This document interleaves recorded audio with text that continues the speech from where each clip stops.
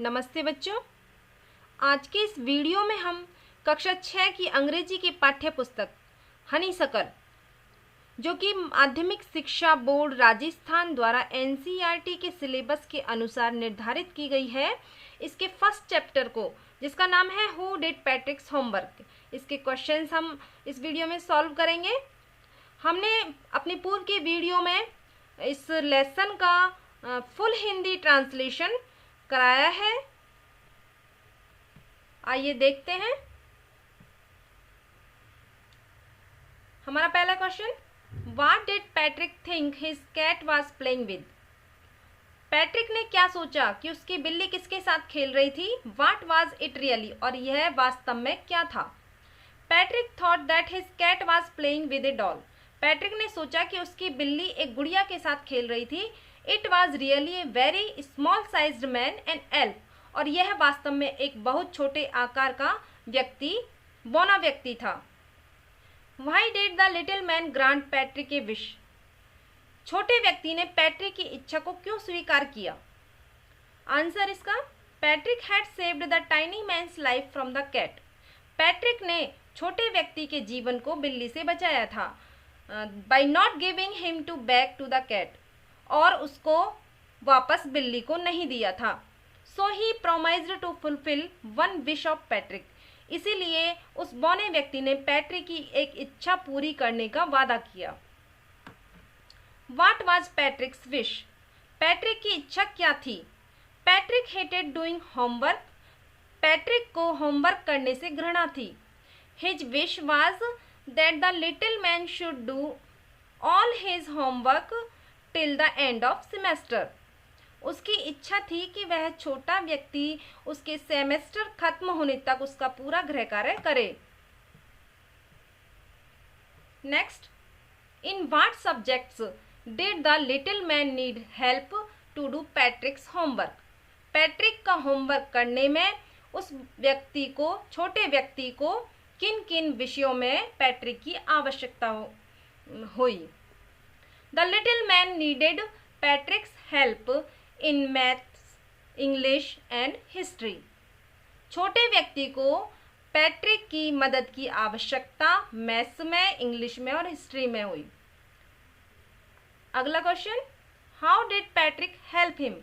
Patrick ने उसकी किस प्रकार सहायता की। Patrick sat beside him and guided him. Patrick उसके पास बैठा और उसको मार्गदर्शन दिया। He brought books from the library. वह लाइब्रेरी से पुस्तकें लाया। And read out to him loudly, और उसके पास बैठकर उसने पुस्तकों को जोर जोर से पढ़ा। आपको लेसन में ध्यान होगा कि जब उसको समस्या आ रही थी एल्फ को, तो उसने शब्दों का उच्चारण पैट्रिक से ही कराया था। Next question, who do you think did Patrick's homework, the little man और Patrick himself. Give reasons for your answer.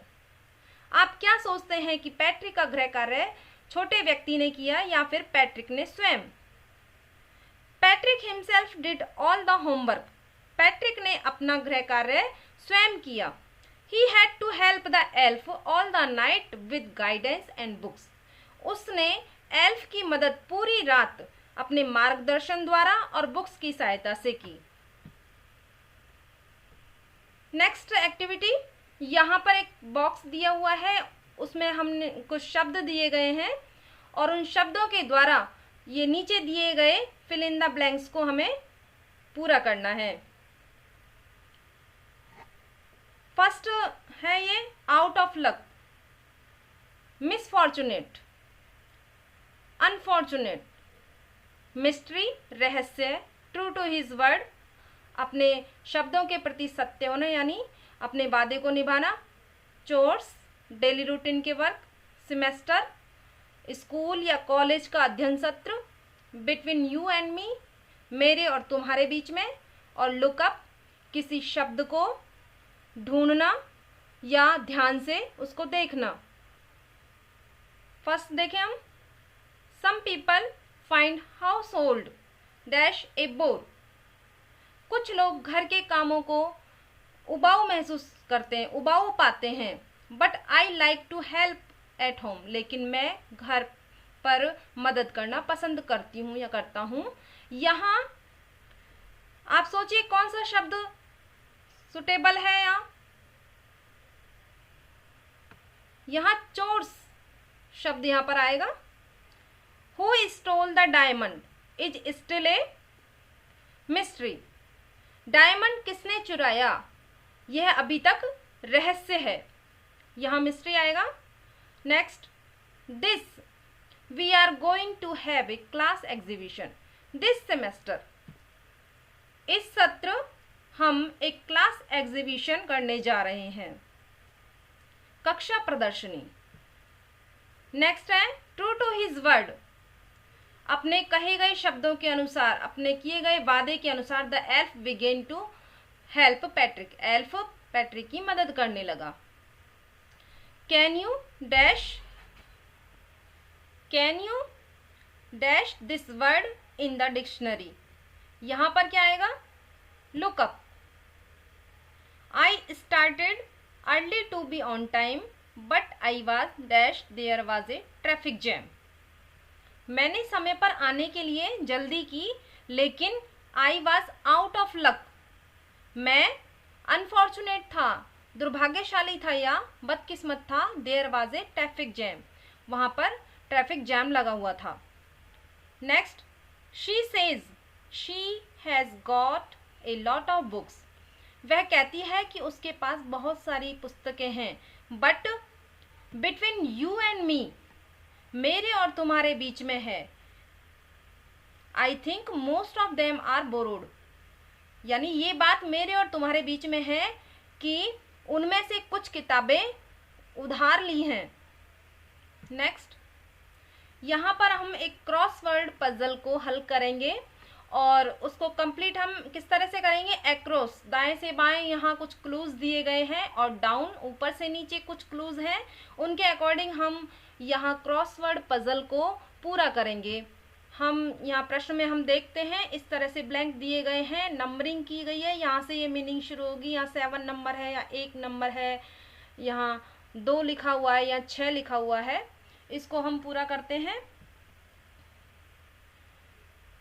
First clue है इसमें वेरी टायर्ड, और ये 1 नंबर पे भरा जाएगा।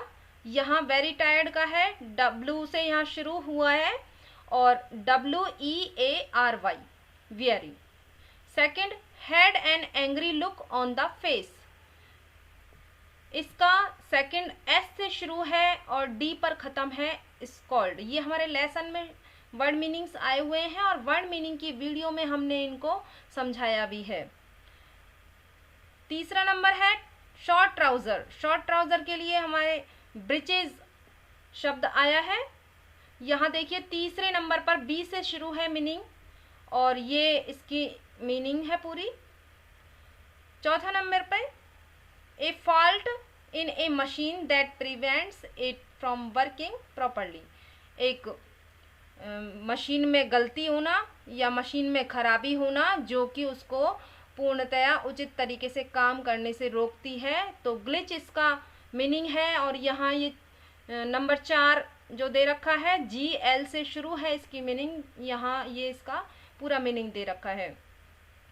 5वें नंबर पर a small and naughty boy fairy, एक छोटा शरारती लड़का जो परी कथाओं में आता है।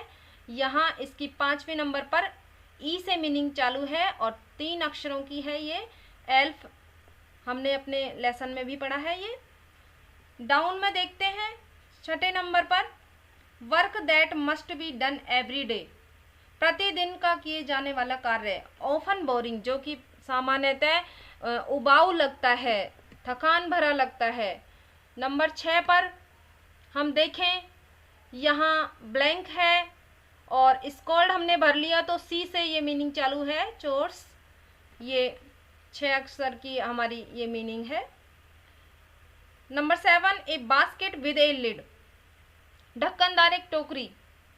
7वें नंबर पर ये HA से शुरू हुई है, R पर खत्म है, यहाँ हेम पर इसकी मीनिंग है। और 8वें नंबर पर है gave a short high pitched cry. 8वां नंबर यहाँ ये मीनिंग दी हुई है। बाकी मीनिंग्स की पूर्ति करने पर हमें पता चल जाता है ये एस से शुरू होगी, श्रिक्ड इसका मीनिंग का हल है। नेक्स्ट, हमारी बोलने की कौशल को बढ़ाने के लिए ये एक्टिविटी है। इन the story Patrick does difficult things. इस कहानी में पैट्रिक कठिन चीज़ों को, कठिन कार्यों को करता है। ही हेट्स टू डू, जिनको वह करने से घृणा करता है। Because the elf pretends he needs help, क्योंकि एल्फ बहाना बनाता है और वह उसकी मदद करता है। Have you ever done something difficult और फ्राइटनिंग, क्या कभी तुमने कुछ कठिन चीज़ों को या डरावनी चीज़ों को किया है। By pretending about it in some way, या फिर किसी तरह से ये चीज़ें परेशान करती हैं, बहाने करती हैं। Tell your classmates about it, अपने सहपाठियों को इसके बारे में बताइए। या से what you feel about homework, और ये बताइए कि आप होमवर्क के विषय में कैसा महसूस करते हैं। The words and phrases in the box में हेल्प यू, बॉक्स में जो दिए गए शब्द हैं ये आपको मदद करेंगे कन्वर्जेशन में। Do you think it is useful even though you may not like it, क्या आप होमवर्क को उपयोगी समझते हैं या फिर आप इसको पसंद नहीं करते। फॉर्म पेयर्स, जोड़े बनाइए। And speak to each other, एक दूसरे से बात करिए। फॉर एग्जाम्पल, यू में से आप कह सकते हैं I am not fond of homework, आप अपने व्यूज़ दे सकते हैं, अपने एक्सपीरियंस दे सकते हैं कि मुझे होमवर्क का शौक नहीं है, मुझे होमवर्क पसंद नहीं है। योर पार्टनर में रिप्लाई, तो आपका साथी उत्तर दे सकता है but my sister helps me, मेरी सिस्टर मुझे मदद करती है। With my lessons at home, मेरे घर पर मेरे पाठों को हल कराने में। And that gives a boost to my marks, और इससे मेरे नंबर भी बहुत अच्छे आते हैं। इन कीवर्ड्स की सहायता से हम अपना स्पीकिंग स्किल को डेवलप कर सकते हैं। राइटिंग की एक्टिविटी है। This story has a lot of rhyming words as a poem does, जैसे कि एक कविता में राइमिंग वर्ड्स होते हैं, तुकबंदी जिसको कहें, इसी तरह इस स्टोरी में भी राइमिंग वर्ड्स आए हैं। Can you write out some parts of it like a poem, क्या आप पुस्तक में जो टेक्स्ट दिया हुआ है इसमें से पोएम की तरह कुछ राइमिंग वर्ड्स लिख सकते हैं। सो that the rhymes come at the end of separate lines, इसलिए राइम्स जो होगी वो सेपरेट लाइन बन के आएगी और लाइन के एंड में राइमिंग वर्ड्स आएंगे। फॉर एग्जाम्पल, उदाहरण के लिए, Patrick never did homework too boring he said, he played baseball and hockey and Nintendo instead. Last में देखिए ये सैड और सेकेंड लाइन में इंस्टेड, यहाँ ये राइम स्कीम बनी हुई है। Next activity, look at these sentences. Too boring he said, cleaned his room, did his chores. When we speak we often leave out words that can easily be guessed. कई बार जब हम इन शब्दों को बोलते हैं तो कुछ शब्दों को हम छोड़ देते हैं जिनको कि हम आसानी से पता लगा लेते हैं। We do not do this when we write, लेकिन जब हम लिखते हैं तो हम ऐसा नहीं कर सकते unless we are trying to write as we speak, as in the story. So if we were to write carefully we would say, यदि हम इनको सावधानी से लिखें तो हम ऐसा कहेंगे, homework is too boring he said, he cleaned his room and did his chores. ये दोनों सेंटेंसेस यहाँ शॉर्ट में दिए गए हैं, जिस तरह बोले जाते हैं तो हम कुछ शब्दों को छोड़ देते हैं, यहाँ ये डिटेल में हो गए। Homework is too boring he said, और सेकंड है he cleaned his room and did his chores. Next activity, rewrite the following incomplete sentences carefully.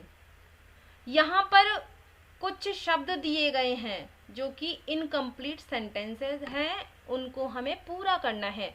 So that the reader does not have to guess what is left out, इसलिए पढ़ने वाले को ये पता नहीं चलता क्या छूट गया है, अनुमान हम नहीं लगा पाते। अब इन कीवर्ड्स समझ लीजिए या फिर इनकम्प्लीट जो सेंटेंसेस है इनसे हमें पूरा एक सेंटेंस बिल्ड करना है। इसमें पहला देखते हैं, more and more books. I have read more and more books to increase knowledge. Second, this question is too difficult to answer. Third, got up late, missed the bus. When I got up late yesterday morning, I missed the school bus. Next, solved the mystery. My school teacher solved the mystery of elf in this lesson. Next activity, look at this cartoon by R.K. Lakshman. Read the sentence given below the cartoon. Discuss the following questions with your partner. अपने साथी के साथ इस चित्र को देखकर, ये cartoon चित्र है जो कि R.K. लक्ष्मण द्वारा बनाया हुआ है, इसको देखकर हमें इन नीचे दिए गए प्रश्नों के उत्तर भी देने हैं और डिस्कस करना है. What is it about? ये चित्र में देख के हम बताएं ये किसके बारे में है. यहाँ पर हमें दिख रहा है एक फादर है, अपने बच्चे को उसके बेटरमेंट के लिए, पढ़ने के लिए कह रहा है. उसका बैग पास में रखा है, वो अपनी स्टडी टेबल पे बैठा हुआ है. Do you find it funny? If so why? क्या आप इसको फनी पाते हैं या इसमें कुछ हास्यास्पद कुछ बातें हैं, और हैं तो यदि क्यों हैं? इसमें जो कैप्शन है नीचे इस पिक्चर में, तो हम उसको देखते हैं. Get on with your homework, the sums, the composition, history, geography, chemistry, physics and stop reading the laws against child labour. यहाँ पर ये दिया गया है कि आप होमवर्क कीजिए. फादर अपने बच्चे को सलाह दे रहा है कि आप होमवर्क कीजिए, सम्स कीजिए, composition, history, geography, chemistry, physics, इन सभी की पढ़ाई कीजिए, लेकिन the laws against child labour, बाल श्रम के विरुद्ध जो नियम हैं उनको मत पढ़िए. तो यहाँ कुछ इस तरह का जो लिखा हुआ है, इससे ऐसा लग रहा है कि एक तरफ तो फादर पढ़ने के लिए बोल रहा है और दूसरी तरफ जो बाल श्रम के विरुद्ध नियम हैं उनको पढ़ने के लिए मना कर रहा है. तो यहाँ एक हास्यास्पद बात है. Next, do you think a cartoon is a serious drawing? Why और वाई नॉट? क्या आप सोचते हैं कि एक कार्टून एक सीरियस ड्राइंग है, और यदि है तो ये क्यों है? कई बार हम देखते हैं कि कार्टून में संदेश छुपा होता है, चाहे वो हास्यास्पद हो या शिक्षाप्रद हो. यहाँ जब फादर बच्चे से पढ़ने के लिए कह रहा है तो एक तरफ उसको बाल श्रम के विरुद्ध नियम पढ़ने से भी रोक रहा है. तो यहाँ ये सीरियस ड्राइंग है ये एक तरह से. और बच्चा हालांकि स्टडी टेबल पर बैठा हुआ है, लेकिन फादर यदि किसी के साथ बैठे हुए हैं तब भी उन्हें अपने बच्चे की तरफ ध्यान है कि वो आज के समय में पढ़ाई पर विशेष ध्यान पेरेंट्स का रहता है, तो उसको बहुत ज़्यादा ध्यान देने के लिए तत्पर हैं. धन्यवाद बच्चों. इस लेसन के हमारे क्वेश्चन आंसर यहाँ सॉल्व हो चुके हैं, पूरी एक्टिविटीज़ हो चुकी हैं. अगले वीडियो में हम नेक्स्ट लेसन हम पढ़ेंगे. अभी के लिए धन्यवाद.